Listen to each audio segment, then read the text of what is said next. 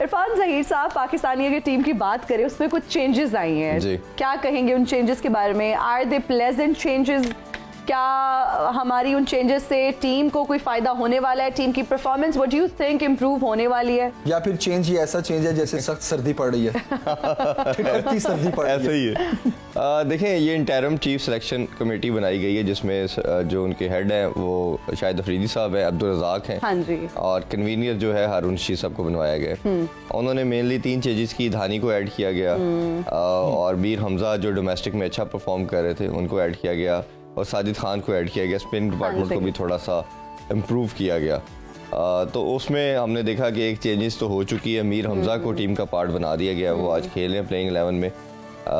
वो देखते हैं अभी किस तरह जाता है, बट मेरा मानना ये 2 टेस्ट मैच है, कराची में ही अब दोनों टेस्ट होंगे, क्योंकि वेदर की कंडीशन को देखते हुए दोनों टेस्ट मैचेस अब कराची में ही होंगे। इवन दो तीनों जो ओडीआईज हैं वो भी कराची में ही होंगे, क्योंकि उधर आपको पता फोक का या स्मोक का सच कराची में सिलसिलाकार नहीं होता, तो मौसम भी नहीं है। हाँ, मौसम बेहतर है जो लाहौर के हालात। बिल्कुल बिल्कुल। मैं तो उस दिन लास्ट टाइम भी कह रहा था कि एक बड़ी मीम चल रही है कि लाहौर तो नॉन पीटीए अप्रूव्ड नारायण का गान बना हुआ है। नारायण का गान मरी वाली सख्त सर्दी पड़ रही है 3-4 दिन से, तो बिल्कुल ऐसे ही है। अब कराची में मैचेस किस तरह देख रहे हैं फिर आप? लाइक वेदर कंडीशंस भी ठीक हैं और स्टेडियम रिलेटेड, पिच रिलेटेड, या फिर प्लेयर्स की चेंजिंग्स? कराची की शुरू से ही हम देख रहे हैं कि उसकी बड़ी कन्वेंशनल किस्म की पिच होती है और बैटिंग पैराडाइज भी बोला जाता है उसे। स्पिनर को समहाउ ये मदद देती है। अभी भी 2 खिलाड़ी हमारे आउट हो गए अर्ली ऑन, दोनों स्पिनर नहीं आउट किए, बट अनफॉर्चुनेटली स्पिनर से ज़्यादा दोनों स्टंप आउट हुए। तो वो एक देखने की चीज़ है कि आप अर्ली ऑन उन्होंने स्पिन अटैक से स्टार्ट किया और उन्होंने दोनों जो विकेट है ब्रेसवेल और एजाज पटेल ने ली, दोनों स्टंप आउट हुए। तो ये मेरा ख्याल है थोड़ा सा आपको देखना पड़ेगा। और एक अच्छी चीज़ जो सबसे अच्छी मुझे आज की प्लेइंग 11 लगी, सरफराज अहमद की वापसी है। वो भी मेरा ख्याल है न्यू जो बोर्ड है उसी ने ही उनको इंस्ट्रक्शन दी होंगी, क्योंकि आप 2 साल से जब से उनको कैप्टनसी से हटाया, टेस्ट मैच तो बिल्कुल ही खिलाया गया, और रिजवान की परफॉर्मेंस भी हम देख रहे हैं कंटिन्यूसली डिक्लाइन की तरफ थी। तो ये मेरा ख्याल है बड़ा अच्छा डिसीजन है कि आपका जो प्लेयर और आपका कैप्टन भी रहा और वो डोमेस्टिक में परफॉर्म भी करके आया, तो उसको जरूर चांस मिलना चाहिए। इरफान ज़हीर साहब, बाबर आजम का ये कहना था कि कराची की जो पिच है वो ऑस्ट्रेलिया की पिच जैसी है, तो ऑस्ट्रेलिया में तो हमारा बड़ा बुरा हाल हुआ था। अब हम क्या इस चीज का क्या खुद ही अखज़ कर लें, इसमें से हम सबक निकाल लें कि वही हाल होने वाला है? इंटरेस्टिंग। मैं ये मुझे इसको अगर रिलेट किया जाए, अभी होम क्राउड और होम ग्राउंड के साथ हम इंग्लैंड से सीरीज हार गए, ठीक है, तो दोनों चीजें बड़ी रिलेटेबल है कि अभी क्या मैंने वैसे ये स्टेटमेंट नहीं सुनी, बट ऑस्ट्रेलिया की बिल्कुल हो नहीं सकती।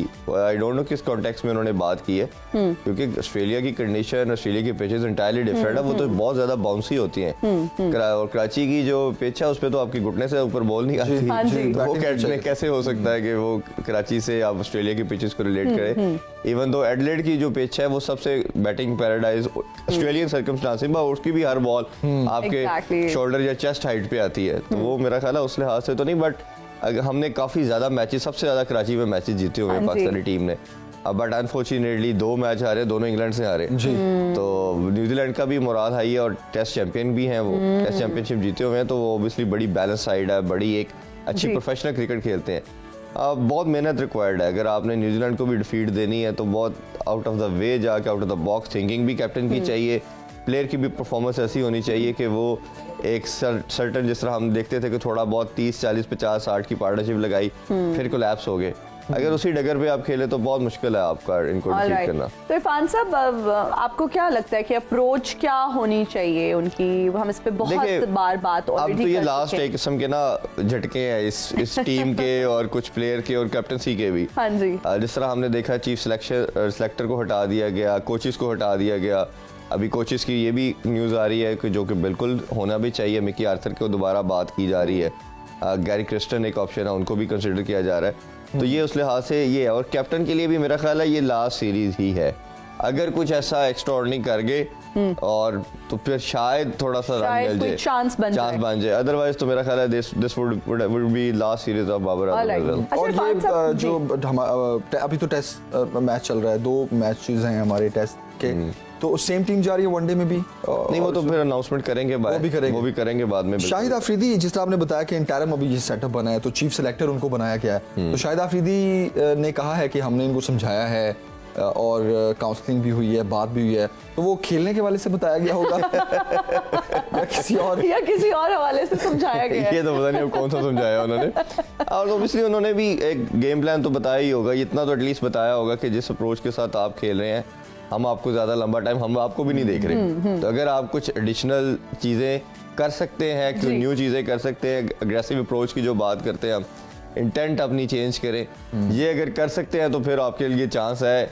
ये मेरा ख्याल एक लास्ट चांस दिया गया उनको, यही बोला होगा, इसके अलावा कुछ बोला जा नहीं सकता। अच्छा इरफान साहब, जाते जाते कमेंट लेना चाहूंगी क्योंकि ऑफिशियल वेडिंग सीजन डिक्लेयर कर दिया जाता है दिसंबर से ऑनवर्ड्स और बहुत सारे क्रिकेटर्स की शादियां भी हो रही हैं, आपने सोशल मीडिया पर भी देखी होंगी।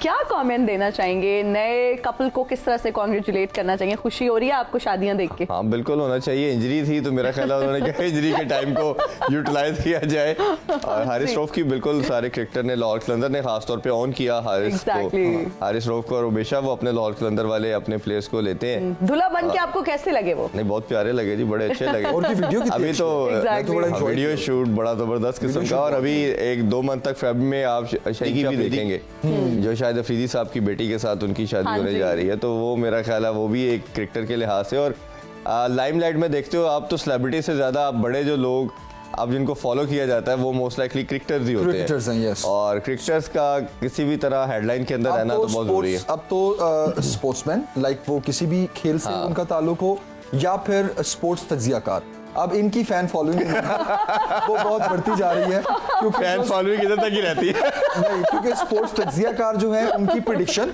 और प्लेयर्स की परफॉर्मेंस, इसमें सबकी नजरें होती हैं। सारे स्पोर्ट्स एनालिस्ट की हम बात नहीं कर रहे, हम कुछ की बात कर रहे हैं, फिर हम अपने जो है ना हमारे बिल्कुल एनालिस्ट। अच्छा जाते जाते एक सवाल मैं पूछना चाहूंगा which is not related to our team and cricket, you know, Germany की क्रिकेट टीम है? नहीं। क्यों नहीं है? पता मुझे, हम किसी दिन बात करेंगे नाज़रीन कि क्या हुआ था, कैसे हुआ था, टेस्ट मैच खेलते खेलते कोई फैसला ही नहीं हुआ, ड्रॉ हो गया, तो उसके बाद क्या हुआ? हिस्ट्री में भी कभी हम जाएंगे। हिटलर साहब ने क्या ऐलान किया और उसके बाद आज तक जर्मनी की क्रिकेट टीम नहीं आई, तो इस पर भी जरूर हम बात करेंगे।